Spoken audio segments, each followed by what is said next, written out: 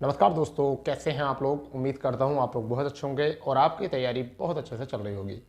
दोस्तों, जैसे कि आपको पता है यूपी ट्रिपल एस से जुड़े सभी अपडेट हम लेकर आपके सामने आते हैं और ये आपका एकमात्र ऐसा चैनल है जहां से यूपी ट्रिपल एस से जुड़े सभी अपडेट ऑथेंटिक आपको मिलते हैं।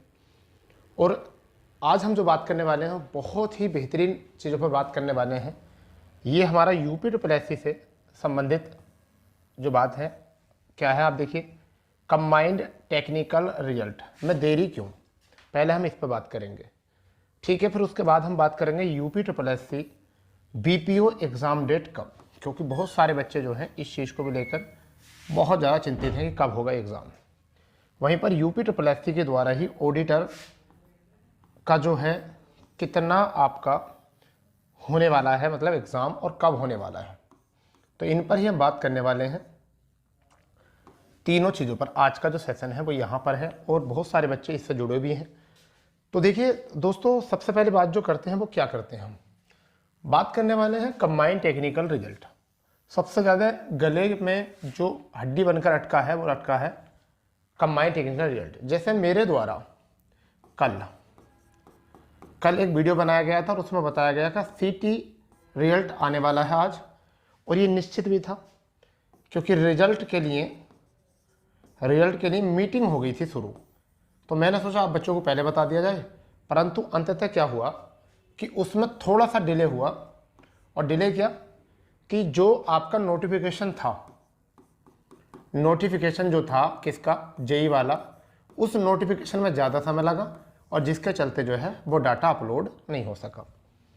उन्होंने सोचा कि क्यों ना इस पर 252 पोस्ट थी, 44 पोस्टों को कट किया गया यहाँ पर, और उसके बाद में जो आया आपका वो आया 248 पोस्ट पे ही रिजल्ट आना है।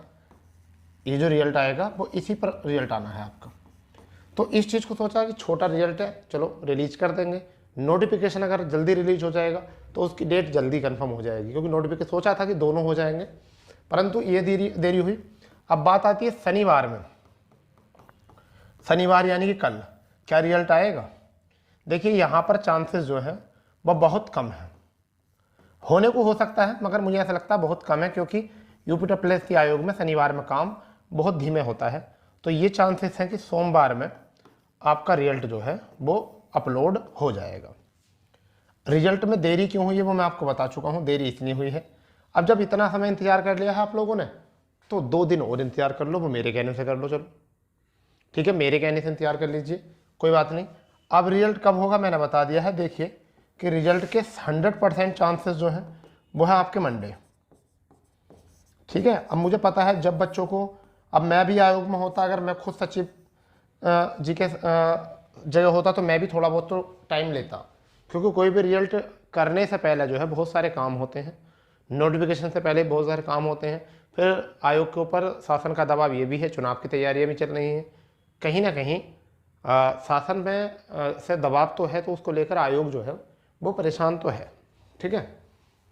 तो मैंने बता दिया है रिजल्ट कब हुआ है, और अगर किसी को ठेस पहुंची हो तो माफ़ी चाहता हूं कि रिजल्ट आपको कल बताया गया था। मुझे भी जैसी जानकारी मिलती है बस वही जानकारी मैंने आपको साझा की थी।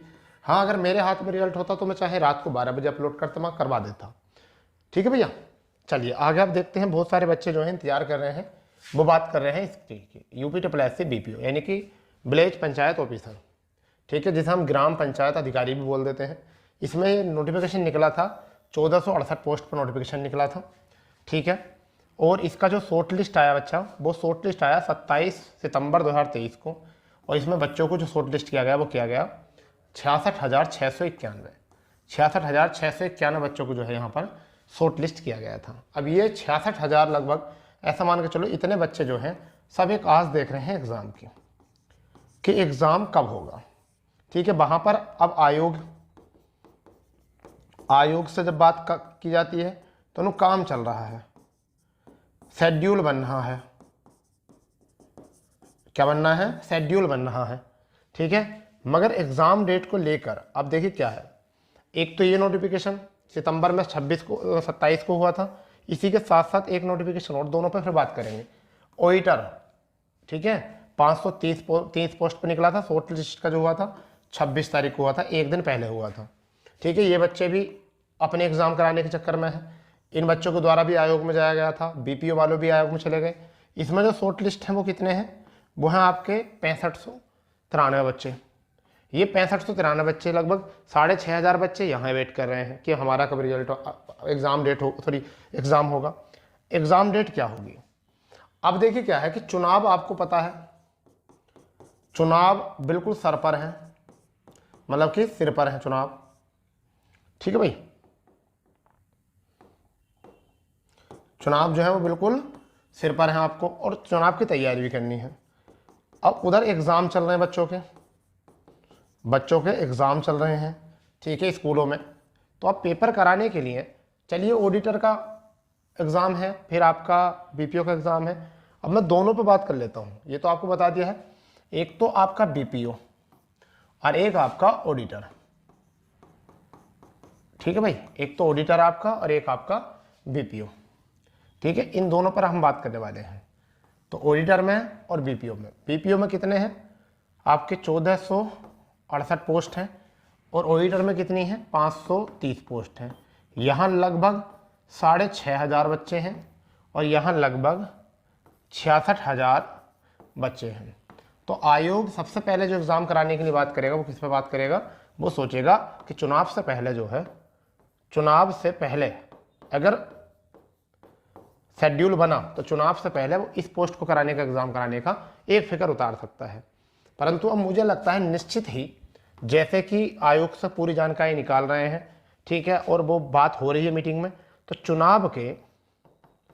चुनाव के बाद मुझे लगता है कि ये एग्ज़ाम जो है अब ये जून में जाने वाला है, जून में जाने वाला है, मुझे ऐसा लगता है। परंतु इस चीज़ की पुष्टि भी कब होगी? इस चीज़ की पुष्टि भी सोमवार को होगी, क्योंकि सोमवार को इसके ऊपर एक मीटिंग होनी है। इन दोनों के ऊपर क्या होनी है? मीटिंग होनी है। अब देखते हैं क्या ये दोनों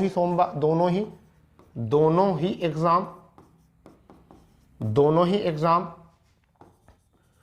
चुनाव बाद होते हैं, या फिर कोई सा एक चुनाव से पहले, ठीक है, कोई सा एक चुनाव से पहले।